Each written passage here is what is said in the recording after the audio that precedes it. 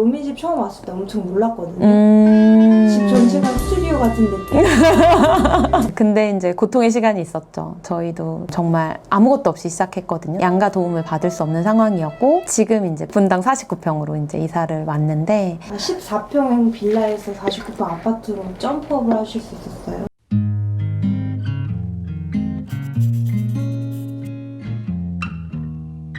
결혼을 한 게 아니라 경제적인 결혼을 했어요. 경제 공동체, 경제적 결혼이라고 하면 일단 이제 돈의 개념이 하나로 합쳐진다고 저는 생각하거든요. 저희는 처음 결혼할 때부터 그냥 둘 다 생각이 그랬어요. 어차피 우리 결혼하면 경제적으로 합칠 건데 결혼 준비할 때부터 합치자. 자기가 버는 돈의 일부를 합치는 게 아니라 100%. 네. 100%를 합치고 합친 돈에서 공동으로 돈을 사용을 했죠. 사람들이 착각하는 부분 중에 하나가 뭐냐면 수입하고 지출이 있잖아요. 지출적인 측면에서 생활비만 합쳤을 때 우리는 경제적으로 합쳤어 라고 착각하시거든요. 근데 아니에요. 수입도 합치셔야 돼요. 무슨 말이냐면 네 월급, 내 월급 각자 관리하면 이건 경제적 결합이 아니에요. 네 월급, 내 월급 합쳐서 한 통장으로 들어오게 해야 돼요. 그 맨 처음으로 들어오는 돈은 급여 통장에 먼저 넣었어요. 급여 통장에 들어오면 얘를 3개의 통장으로 나눠서 가져가는 거예요. 하나는 생활비, 하나는 고정비, 하나는 투자. 네. 이렇게 3개로 분리를 해서 생활비가 300만 원이라고 하면 그럼 생활비 통장에 300만 원이 들어있잖아요. 통장 하나에 체크카드 2개를 만들어요. 남편 하나, 아내 하나. 그래서 둘 다 그냥 여기 안에서만, 체크카드 안에서만 소비를 하는 거죠. 주변의 사람들한테 우리 부부는 이렇게 살아라고 얘기를 했을 때 아무도 안 믿는 거예요. 뭐? 이렇게 하는 거예요. 그냥 보통 이제 부부가 결혼을 하면 남편하고 아내하고 돈을 벌면 그 수입의 일부를 생활비로 사용을 하더라고요. 그래서 저는 진짜 충격 먹었던 게 아이가 초등학교를 가는데 남편한테 자기가 월급 이번에 인센티브 더 많이 나오니까 보너스 더 많이 나오니까 책상 사, 내가 의자랑 아이 가방 살게, 이런 대화를 한다는 거예요. 친구랑 이야기를 하는데 그래요. 그게 더 쇼킹이었어요, 저는. 근데 사실 여자들은 화장품 사야 되지, 옷 사야 되지 이런 돈들이 더 많이 나가잖아요. 그쵸? 그거에 대한 남편의 불만이 생기면 어떡하죠? 충분히 이야기를 나눴어요. 디폴트 값으로 생각했던 게 뭐냐면 한 사람과 한 사람이 만나서 네가 5대5로 쓸 거야 라고 생각하면 이건 합치면 계속 분란이 일어나잖아요. 당연히 다를 수 있어. 근데 그걸 계산하지 말자. 요거에 합의가 있었어요. 합치면 일단 투명해져요. 공동의 돈을 쓸 때는 띠링띠링 뭐가 가요? 문자가 가니까 그거를 못하는 거죠. 그 통장을 합쳤을 때 하나 팁을 드려야 되겠다. 네. 저희는 절대로 생활비 통장을 쓰고 카드를 긁었을 때 문자가 온 다음에 바로 전화하지 말자는 약속을 했어요. 이게 진짜 기분 나쁜 거거든요. 띠링 울렸는데 바로 전화해서 이거 뭐야? 하는 순간 이 룰은 다 사라져요. 그러면 몰래 비상금 만들고 몰래 뭔가 딴주머니 차고 그 길로 새길로 새게 되거든요.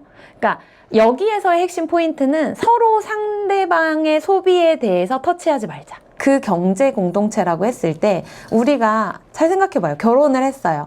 그러면 제일 먼저 해야 되는 게 뭐라고 생각해요? 살 곳을 마련해. 그죠? 제일 중요한 게 내 집 마련이잖아요. 공동의 목표가 생긴 거예요. 근데 내 집 마련을 하려면 수입, 지출을 잘 관리를 해서 잘 모아야 이걸 가지고 내 집을 살 수가 있는 거잖아요. 보통 우리가 가정경제라고 생각하면 어떤 거를 관리해야 된다라고 생각하세요? 생활비? 네. 보통은 가계부만 생각을 하시더라고요. 가계부를 잘 쓰는 거는 지출을 줄이는 역할을 하는 거잖아요. 나의 가계부는 마이너스 역할을 하잖아요. 이 마이너스의 수치를 줄이는 역할만 하거든요. 근데 내가 들어온 돈을 열심히 줄인다고 해서 우리의 가정의 재산이 늘어나진 않거든요. 그쵸? 내가 많이 벌어서 쓰는 돈을 줄인 다음에 남은 돈을 가지고 어떻게 해야 돼요? 돈을 굴려야 돼요. 그쵸? 이 돈을 굴리는 역할을 해야만 우리 재산도 열심히 불어나잖아요. 그 투자 통장을 어떻게 포트폴리오를 짤 것인가, 요것이 저는 더 중요한 역할이라고 봐요. 가정 안에서 경제라고 생각하는 부분은 두 가지인 거예요. 생활비, 지출을 통제하는 어떤 관리하는 영역 하나하고 우리가 모은 돈을 어떻게 굴릴 것인지 투자를 할 것인지에 대한 두 가지 영역이 있거든요. 그래서 이 두 가지 영역을 저희는 부부가 나눠 가졌어요. 저는 생활비를 관리하는 역할을 맡았죠. 내부 가정경제, 그죠? 남편은 아까 모아진 돈을 가지고 그 돈을 어떻게 하면 잘 불리고 우리 내 집 마련을 하면서 조금 더 안정적으로 우리 삶을 꾸려나갈 수 있을 것인가, 요거를 고민하는 사람이었고, 그래서 역할 분담을 나눠서 했어요. 그런데 이제 보통 대부분 제가 친구들한테 많이 물어보니까 결혼을 해서 돈 관리를 누가 해? 라고 물어보면 보통은 한 명이 하더라고요. 한 명이 하고 한 명은 아무것도 몰라.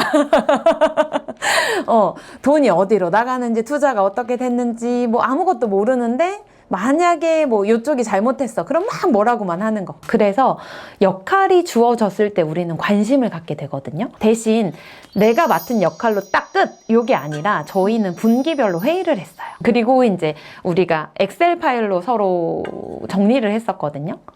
그 엑셀 파일을 정리해서 구글 드라이브에 공유를 했었어요. 3개월에 한 번씩 저희 재무제표, 가정의 재무제표에 대한 회의를 했고, 그 회의가 너 왜 이렇게 돈을 많이 썼어? 이렇게 하는 게 아니라 전체적인 큰 틀을 보는 거죠. 예를 들면 우리 생활비가 평균 얼마 정도 되네? 그러면 우리가 뭐 4달 후에는 여기에 투자가 들어가야 되는데 그때까지 조금 우리가 소비를 좀 줄여볼까? 라는 대화를 한다거나, 아니면 이제 남편이 투자를 한다거나 뭐 집을 사야 되는데 우리가 이사 갈 집이 있어. 그러면 조사를 쫙 해요. 그러고 한 2-3개 정도로 추려서 저한테 딱 내밀어요. 그러면 브리핑을 하죠. 여긴 이런 장점이 있고 이런 단점이 있고, 그러니 우리 내일 뭐 여기 부동산에 예약을 해놨으니까 보러 가서 결정을 하는 거는 우리 같이 결정하자 라고 이야기를 했어요. 그렇게 이제 부부 공동체로 같이 움직였던 것들이 저희는 되게 큰 도움이 됐어요. 정말 딱 생활비 정도만 함께 통장에 모은다고 저는 생각을 했거든요. 네. 그 모은 돈으로 투자를 하든지 집을 사든지 하고.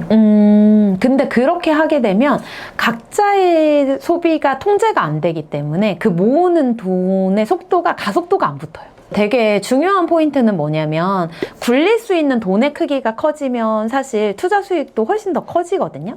그래서 이제 그런 방법으로 저희는 아주 바닥에서부터 정말 차근차근 올라왔던 케이스여가지고, 남편이랑 처음 시작할 때 14평 아주 조그만 그 공공임대라고 하죠. 거기에서 월세로 시작을 했었고, 그때 아이 임신했을 때인데 집 전체가 막 곰팡이 쓸어가지고, 곰팡이 포자들 때문에 너무 힘들어가지고 신혼 가구로 산 거 다 막 썼고, 화장실 누수로 막 힘들고 막. 상상이 안 돼요. 제일 중요했던 거는 경제적인 결혼이었거든요. 그 모으는 것도 되게 엄청난 그 생각의 차이가 있었거든요. 제가 결혼을 하고 신혼여행에서 딱 돌아왔는데, 돌아오자마자 남편이 저한테 했던 말이 뭐였는지 아세요? 대출 얼마나 돼? 이거였어요. 그래서 그때 5만 가지 생각이 들면서, 내가 사기 결혼을 했나? 이 사람 왜 이러지? 빚이 있나? 막 이런 5만 가지 생각을 막 들어가지고 남편한테 혼인신고를 하자고 하는데 안 했어요. 저는 사실 빚이 있으면 큰일 나는 집에서 자랐어요. 저희 아빠는 차도 일시불, 집도 일시불로 사야만 되는 사람이었거든요. 대출이 있으면 잠을 못 자는 사람 있잖아요. 저희 아빠가 그랬거든요. 그러니까 이제 제 머릿속에는 대출은 죄악이야, 대출은 큰일 나는 거야, 이게 머릿속에 가득 차 있는데, 남편이 신혼여행 갔다 와서 첫날 대출이 얼마나 돼? 하니까 얼마나 놀랬겠어요. 근데 이제 차근차근 남편의 설명을 듣다 보니까 이해가 되더라고요. 무슨 말이냐면, 남편의 5천만 원하고 제 5천만 원을 모아서 1억짜리 집을 사면 어때요? 아까 말했던 대로 진짜 많이 올라야 1,000, 2,000 오른단 말이에요. 근데 대출을 받아서 4억짜리 집을 사면 어때요? 더 불어요. 네.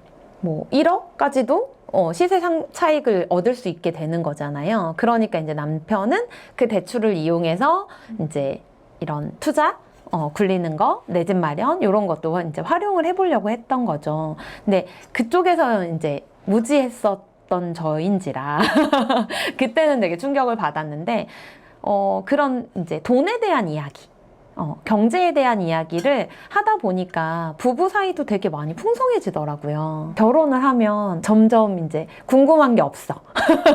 물어볼 게 없어. 대화의 소재가 사라져. 그러다가 이제 아이 나면 애기 얘기만 하는 거예요. 뭐 은찬이 왔어? 뭐 은찬이 밥 먹었어? 은찬이 숙제했어? 뭐 이것만 확인하고 전화를 끊으면 뭐 이러려고 결혼했나?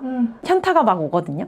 근데 그때 우리 부부 사이에 이렇게 관계가 정말 좋아질 수 있었던, 계속 관계가 좋은 상태로 대화가 유지될 수 있었던 이유가 뭘까를 떠올려 보면, 저희는 이제 그 모든 걸 공유하다 보니까 사실 돈 얘기도 많이 하고 경제 이야기도 많이 하고, 남편이 뭐 부동산 공부를 할 때도 혼자 공부하고 안 끝나거든요.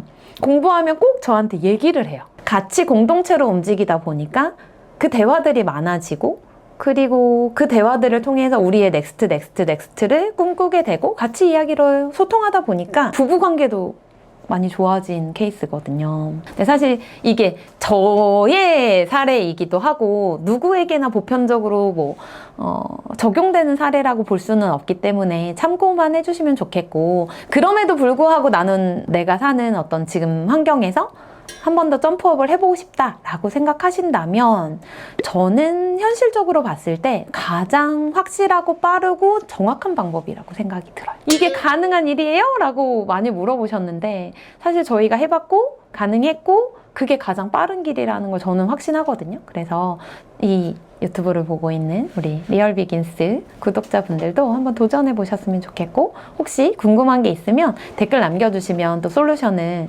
보내드리도록 할게요. 그럼에도 불구하고 네. 배우자가 경제적 결혼을 하지 않으려고 하면 어떻게 설득해야 될지. 혹시 지금이신가요? 어떻게 해야 돼요, 진짜? 진짜. 그러면 그냥 저는 사실 대화할 때 제일 중요한 거는 내 생각을 강요할 때 우리는 불협화음이 생기거든요. 내가 이제 옳다고 생각했을 때 설득하려고 하지 않고 그냥 다이렉트로 이거 하자. 근데 상대가 받아들이지 않았을 때 우린 상처를 받잖아요. 근데 이 경제적 결합을 하려고 하는 목적이 있으실 거잖아요. 결국은 더 나은 삶을, 더 나은 주거 환경을, 더 나은 우리 가정 경제를 위한 거라면 그 부분을 충분히 이야기를 나눠보셨으면 좋겠고, 네, 제일 좋은 방법은 이 유튜브 링크를 좀 보내드리면